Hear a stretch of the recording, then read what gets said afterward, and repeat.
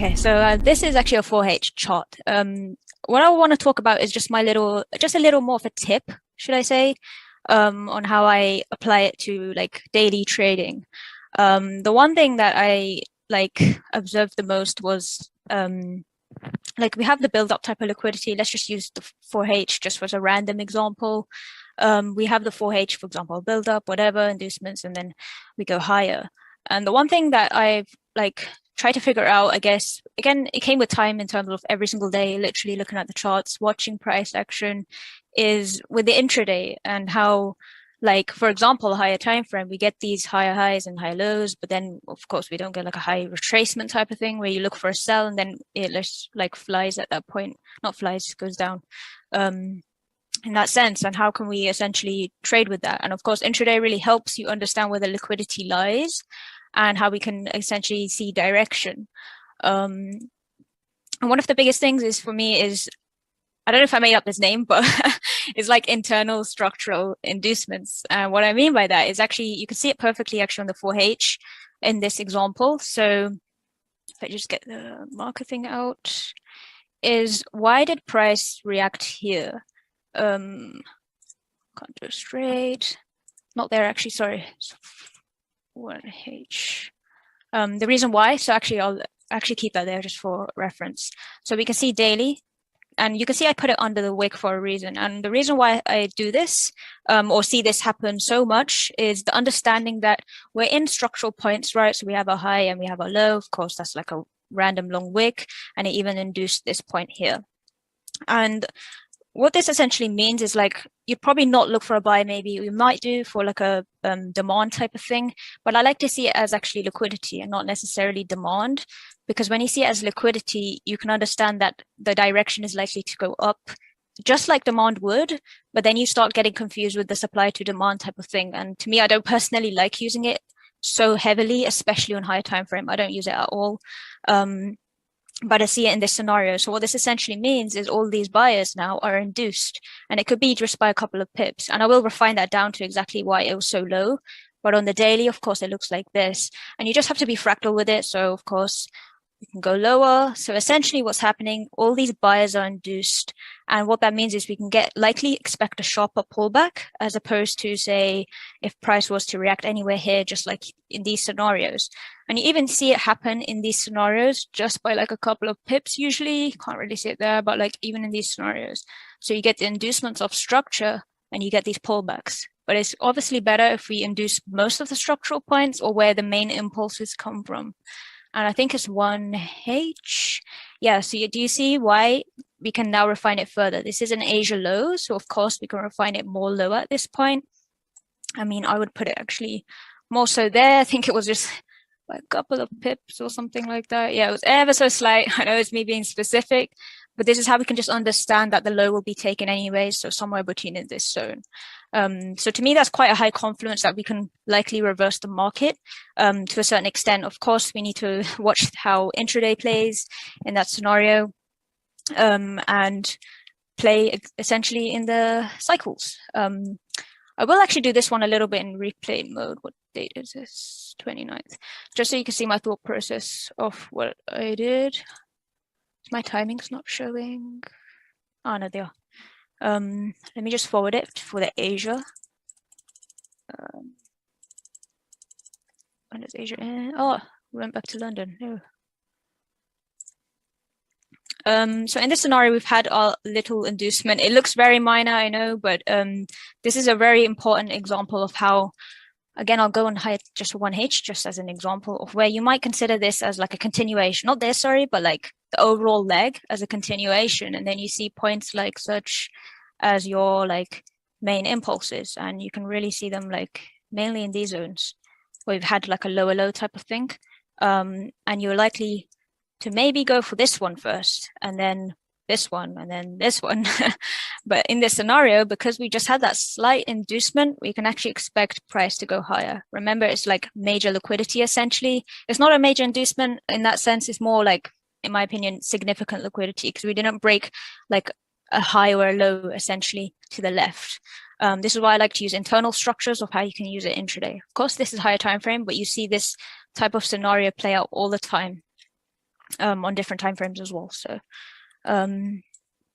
if I just go lower time frame, I'll go to 5M.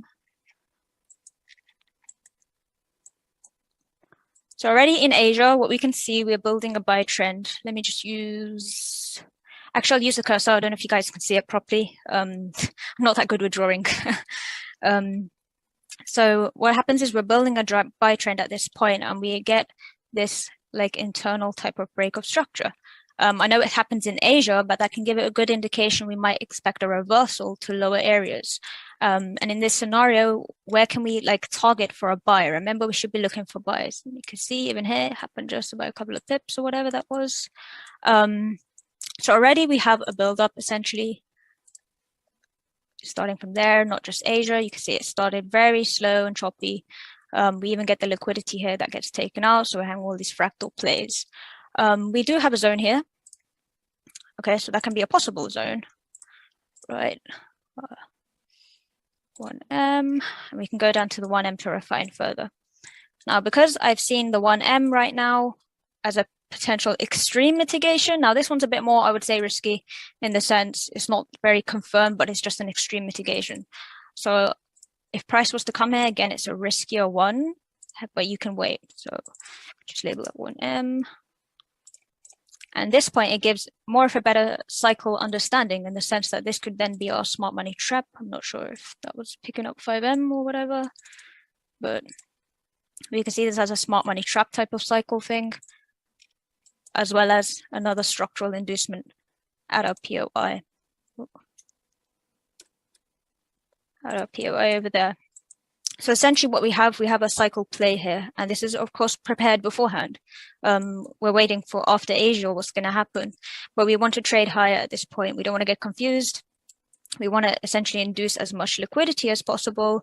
We have a smart money trap. We even have another structural point to be induced as well as the extreme. So, always do that, press the shift key. So in this scenario, we just wait and we see what London tells us. So I would mark that like whatever, SMT or FFS. Oh. We don't know what it is at this point. I don't know why it's doing that. We're just going to leave it at FFS. Okay, it's not. Okay, I don't know if it's just my autocorrect or whatever it's doing. But I hope everyone understands that in general, that this is overall a cycle play that can occur. And if price was to come here, we can potentially look for buys at that point. So we just speed things up a little bit. Okay, now it's Frankfurt, I think. Yeah. Okay, so price is still continuing to induce. Now we get London open, we get a minor inducement. Now this doesn't mean that we, of course, take the buys at this point because we have more liquidity below. We even have a smart money trap potential. We have a structure roll point that can be induced as well as a 1M as an extreme. So we just wait for the market to do what it needs to do, and we don't get caught up early just by taking it here. Now, the one thing I like to also look at is where the main impulses occurred. In this scenario, it's a bit tricky because we have these other points of reference, but I will show you a bit later of what I look at as well. So, of course, London shows us. Okay. So in this scenario, I'd actually expect probably an inducement of that high to continue lower. Remember, we're continuing lower, so we can expect an inducement high to continue lower and then induce low, go high again. And why do I expect that? It's a bit random. Maybe we can even tap in there as a smart money trap in the future. We'll just see what happens there. Okay. So price doesn't tap so high. And this is a scenario, again, just by looking at this, we can see this as an impulse, right? That's going bearish, and why price actually reacted here and not necessarily in mitigation. Right from this wick exactly, or the open of this wick, we can see that's where the pressure was introduced into the market. And that's where now price has taken out these sellers. Hence, we can understand that price can now continue lower. And that gives us better understanding that this could be a smart money trap as well, or FSS, we don't know at this point. Just by knowing these little plays of like an inducement, of course, that's just going into a bit more detail for understanding the impulses that cause that from like a whatever high, low thing. Like the structure, of course, we're just breaking it down at this point. This scenario could probably take a sell. from this imbalance, because now we've had our inducement. So I hope everyone understands that. This is a buildup as well. This whole structure is a buildup. So sellers, we induced them with the vectors, then we had an inducement of the structure, and now we can possibly have a mitigation. This is, of course, trading into the inducement. So, of course, it's important that we close around these areas, around here possibly. But, of course, we can expect likelihood of this cycle to play out at this point. Okay, that was kind of like an imbalance. It shows a mitigation. It was kind of tricky to choose a mitigation from this. But, of course, we get like a mitigation of this IFC right there. Okay. At this point, you should be break even. Let's see. Okay, that's like an FFS then. Okay. Yeah, that one's more of a smart money trap. I won't label it. I think we can see that. You can see it gives a slight reaction. And then we just wait. Oh, okay. What's that? Yeah, that was perfect. And again, in this scenario, it is a bit more like an aggressive entry. So we can essentially wait. We'll just go back one. Don't want to predict things. I want to see. Not predict, sorry. Don't want things to play out. So in this scenario, of course, we should, of course, understand at this point now we've hit a mitigation. Of course, it's better to wait for a reaction. And then, of course, we have our target. So we even have like this equal high type of thing. Of course, we already know that would be induced. So we can just take it to Asia at this point. We should close out this position. And now at this point, we can see if there's a possible re-entry. Okay. So that could be a possible mitigation. I see it. Of course, it's better confirmed if there's a break of structure. But at this point, it's a bit tricky to see where your break of structure will be unless it is, of course, above this high. Sometimes that doesn't always happen. I don't always wait for a break of structure, internal structure, sorry, just because it doesn't always work out and it doesn't need to essentially break structure, but it's more confirmed. Hence why you're given the checklists for more confirmed entries. And this isn't even in timing. So that's another reason you don't want to just take random trades. But of course, this is just understanding the overall picture of what happened to the left, and we come to the extreme, and now we can potentially mitigate the vector. Oh wait, I haven't got my EH. Oh, forgot about that. Almost. Okay, perfect. So now that's our 1M. So just remember, I think this was approach 1 on the checklist type of thing, where we have an extreme limit type of order play. Again, I don't know if you'd want to put a limit on that, but still it's the whole idea of it being the absolute extreme of the leg. Then we have approach 2, the reaction after the initial mitigation or reaction in the POI to the left. And then, of course, we should be at break even at this point after we've broken the structural points or again induce these highs. Was there a let for which cell? Sorry, this one. Yeah, it was kind of a let. It's kind of a messy. Which? Oh wait, I moved it. Where did I move it now? Wait, I think I'm getting lost myself. Hold it.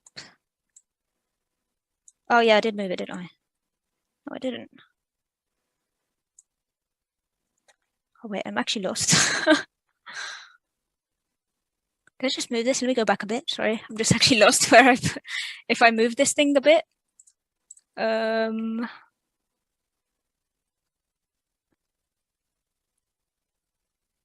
it that one in particular? Oh, maybe it was on 5M. Let me just go back on 5M. Yeah, okay, that's probably why I struggled. I did move this thing a bit. Was there a let? Not necessarily. I mean, it was kind of, yeah, the let was kind of afterwards. It's kind of a funny one. 1M, I don't know if you're talking about 1M.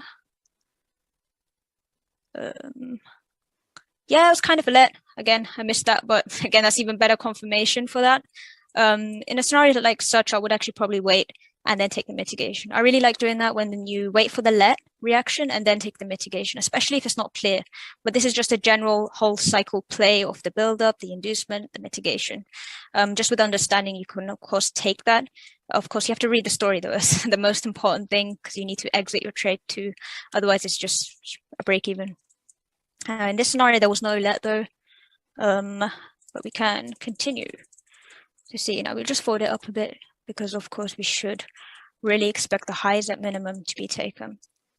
But in this scenario, of course, I actually want to go a bit on the higher time frame of why we can expect all of this liquidity to be induced, because this is one big build-up.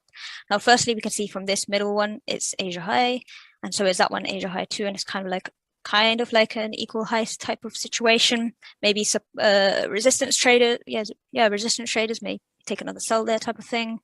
And even here, so this looks like a likely impulse where you might want to sell essentially at this point, because we have your decisional and you have like your extremes, and there is like imbalance zones here.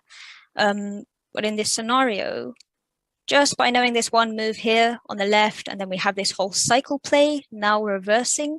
So we have the cycle going into the inducement, now we can have a cycle going out, and we have liquidity targets as well. So just keeping it brief, because we can of course refine this to 5Ms and stuff, but it gets messy sometimes, different time frames. But we can of course expect these to be induced. Let's change color. And like that one there as well. So these are just likely points where people probably would sell as like mitigation type of things. Sorry. Let's move back a bit, it's going too far. So now in this scenario, of course, we can just likely wait for New York Open. Is it New York Open soon? Almost New York Open, but already we can see that price has tapped into essentially our smart money trap. We should not just take the sell here thinking, okay, and this one up Asia high, take the sell. Might look like equal lows, but already just with a bigger picture of understanding, we can see this was a whole cycle play, and we can actually expect to induce greater levels of liquidity even above this point. If I just draw like an inducement type of line here as well as here, should not be looking to sell anywhere in these zones. And imagine if you took sells just consecutively off these zones, and likelihood you take a lot of losses just by that. If we just go to 5M,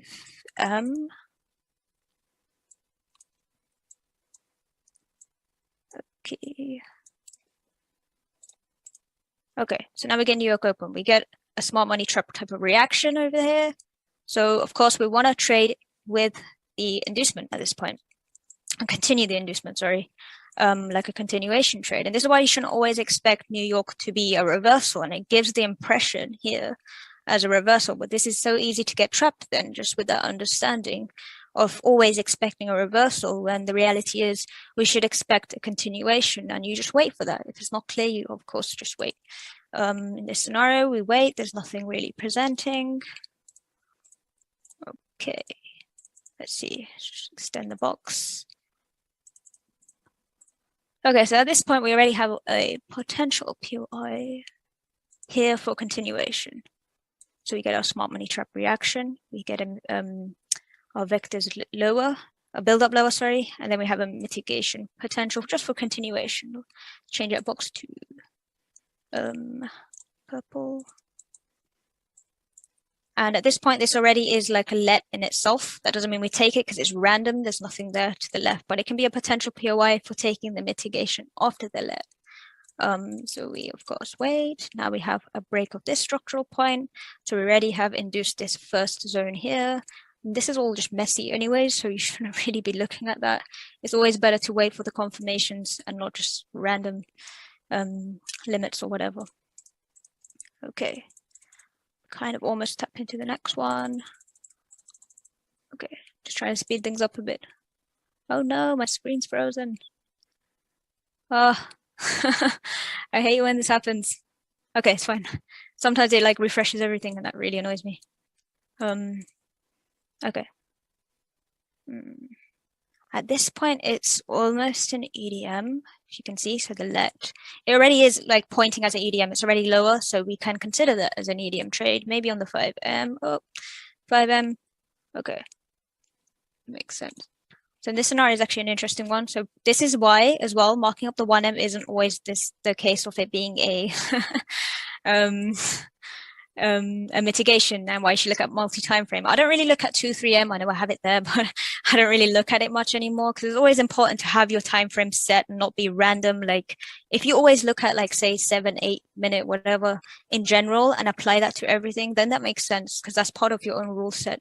But if you're doing it randomly to think, okay, it mitigated whatever 2M, then you're going to kind of like be subjective in that sense that okay, sometimes it works, sometimes it doesn't. But if you don't always apply it, then that's when you kind of get that thought process in your head where it's like, how do you know which POI type of thing? So you should always stick to like your own POIs, whatever it is. It could be a range, but always stick to them in all of your trades essentially. And this scenario will actually probably show it because we saw it on the 5M, where it just missed the mitigation point of 1M. However, we can already understand with these vectors bearish, it can really tap into any of that, but that wick already tapped there. So 2M, that was probably a 2M, but 5M, it actually makes more sense. It's a mitigation of the 5M. It's not an imbalance fill, but the mitigation of the open itself. And yeah, from here, we can expect a continuation. We of course have our POIs to the left. Now, if we just look at higher time frame, just so we can see potential target, because this is New York Open, soon we'll be heading into London close. And of course, we can potentially expect, okay, it's a 1H there, might not reach that high with one impulse. Okay, 4H, we can already see what happened.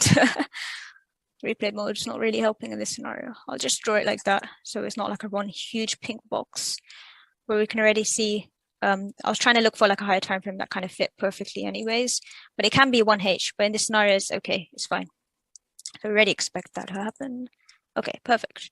And this happened at, yeah, London close. So we can expect a reversal. We probably want to close your positions. However, with a higher time frame target in mind, expecting this supply zone to be induced, you can essentially hold.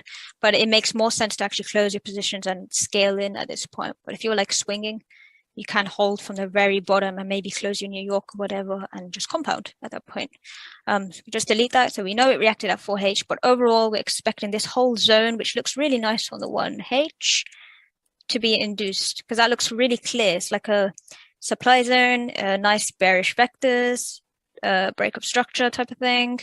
But of course, just with the understanding we should trade higher and not expect this, you can avoid losses essentially in that scenario. Just need water. Yes, sir.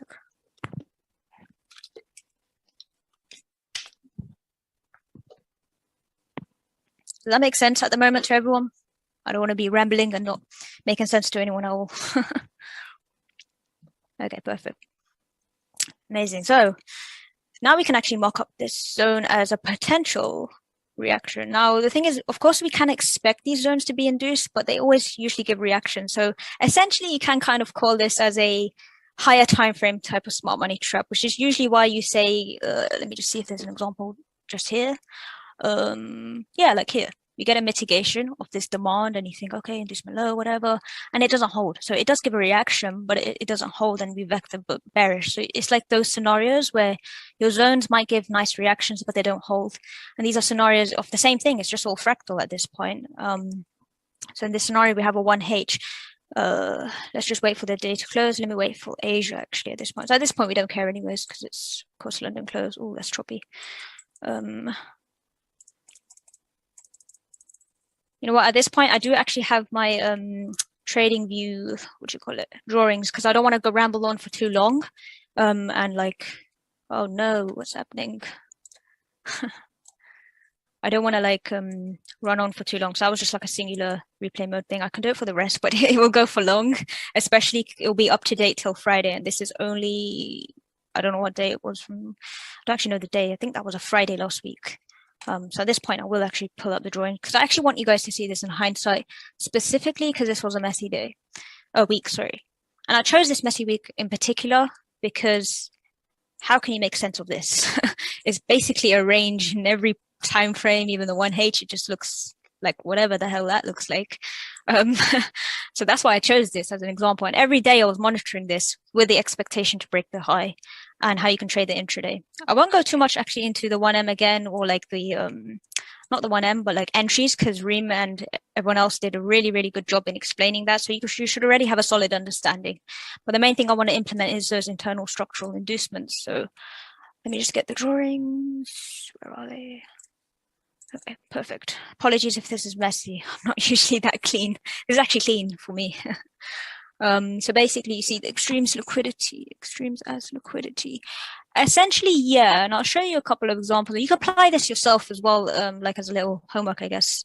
Because this happens every day on every time frame. So you will actually, I think it's like a game changer. It is a game changer for me in particular. Just this one thing to add, essentially, I guess, to your trading. That's the biggest thing I want everyone to take away. So in this scenario of this day, so remember, let's draw 1H again. I need to go actually on the 1H to know where that zone starts. So it's obviously the mitigation, not necessarily imbalance. That's why I mark up the whole zone just for the sake of it, because it can react anywhere really.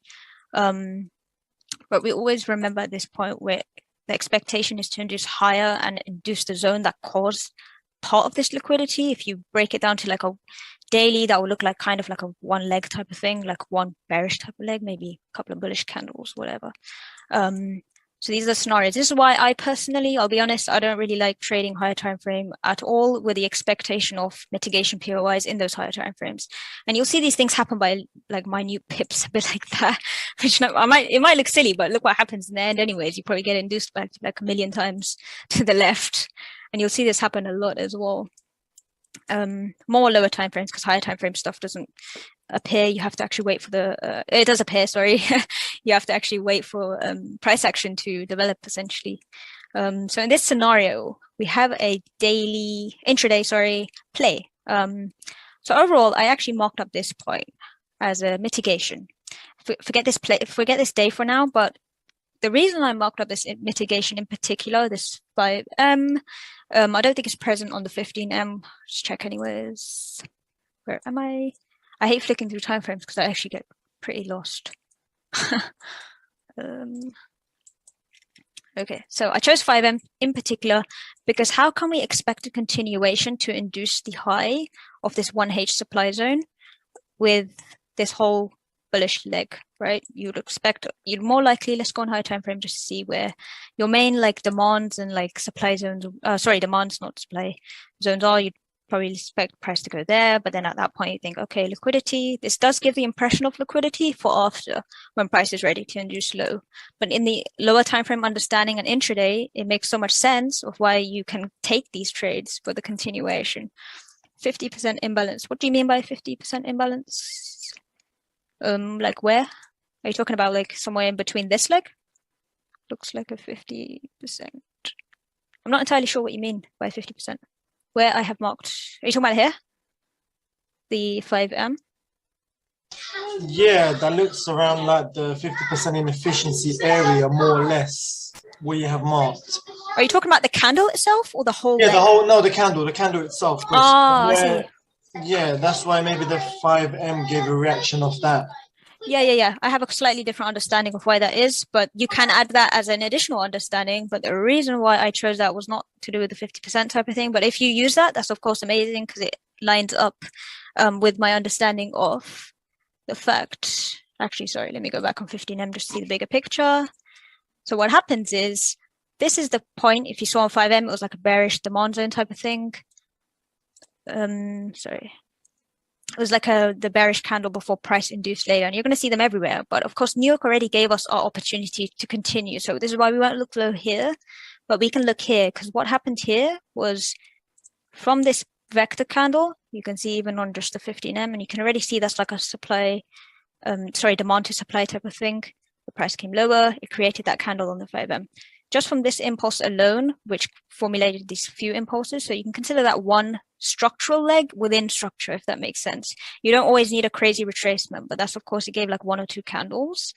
You can see that just that alone from here, you can already see it induced all of this liquidity to the left. So it had a major impact, essentially, just by breaking down the leg, where it's pretty hard to essentially see it at this point.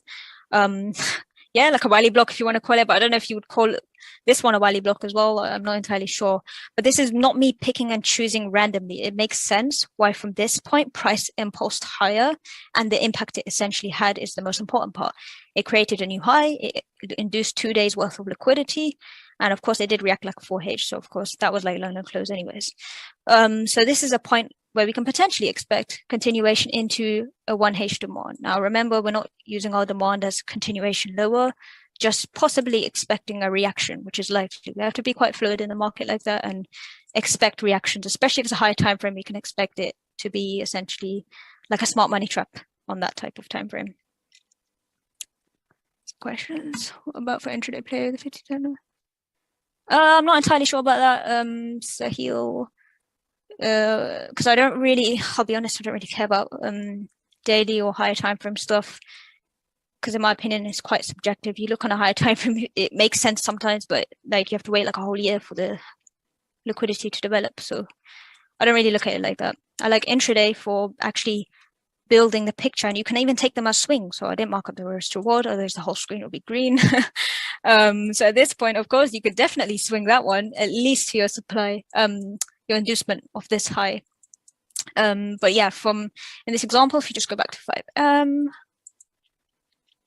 intraday, just on this day alone. Now, this is actually like something you can expect. We've had such a bullish impulse. We can likely expect a choppy day or choppy Asia, or whatever you want to call it. You can see it's so choppy, there's like no mitigation. But remember, this is a point you should already have marked out. You're not marking out on the day type of thing.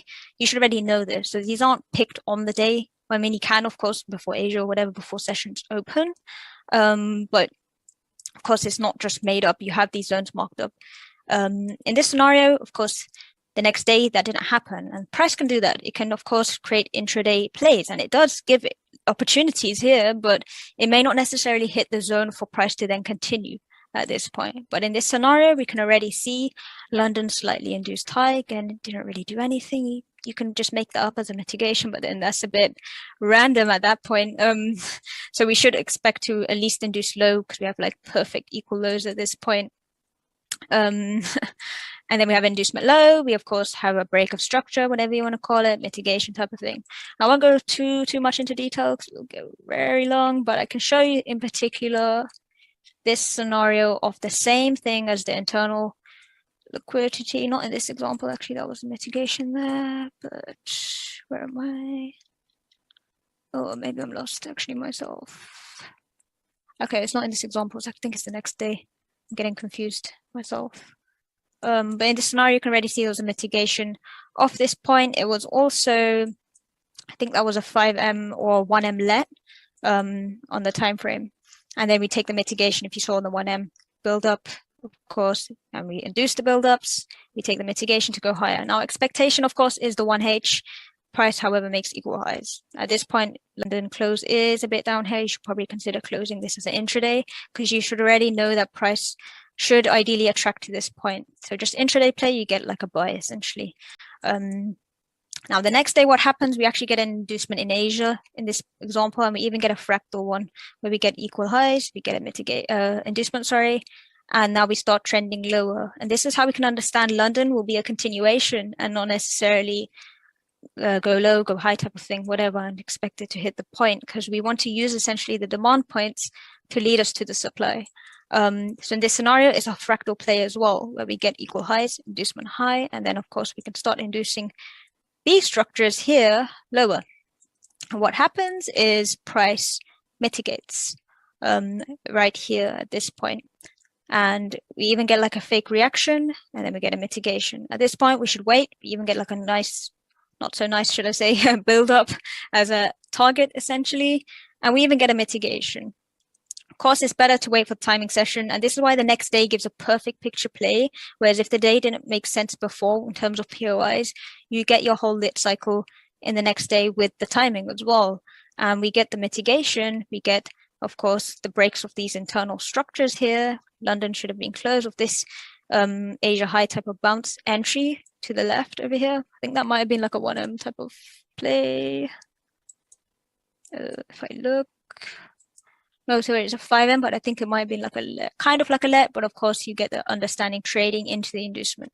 If it's not clear, just don't take it. It's of course better to wait for like inducement high. We even get that actually here in the midline. But in this scenario, what happens? We wait, we get these structural breaks, and then we get price even build up liquidity. Of course, this one was taken about out here. we still get liquidity lower. We even get this as a smart money trap. So we get a whole cycle even leading into our POI over here to the left. How did I enter that trade? This one was more of like a mitigation play with just the whole understanding trading into it. It's a bit more of a like an aggressive one, I would say, in the sense that it's not the clearest, but it is, of course, just a mitigation. It's kind of a let as well. I wouldn't recommend it. You could say it's a break of this structural point here. You're just trading into the inducement. But this is more of your picture play in that sense, because you actually get a let on the 1M and you take the mitigation because price did not necessarily come back. You can take it as like an order flow type of thing. However, it's not the clearest. You can say, yes, break of structure, take this. But of course, your session actually gives the more impulsive play, which is why the session timings are so important.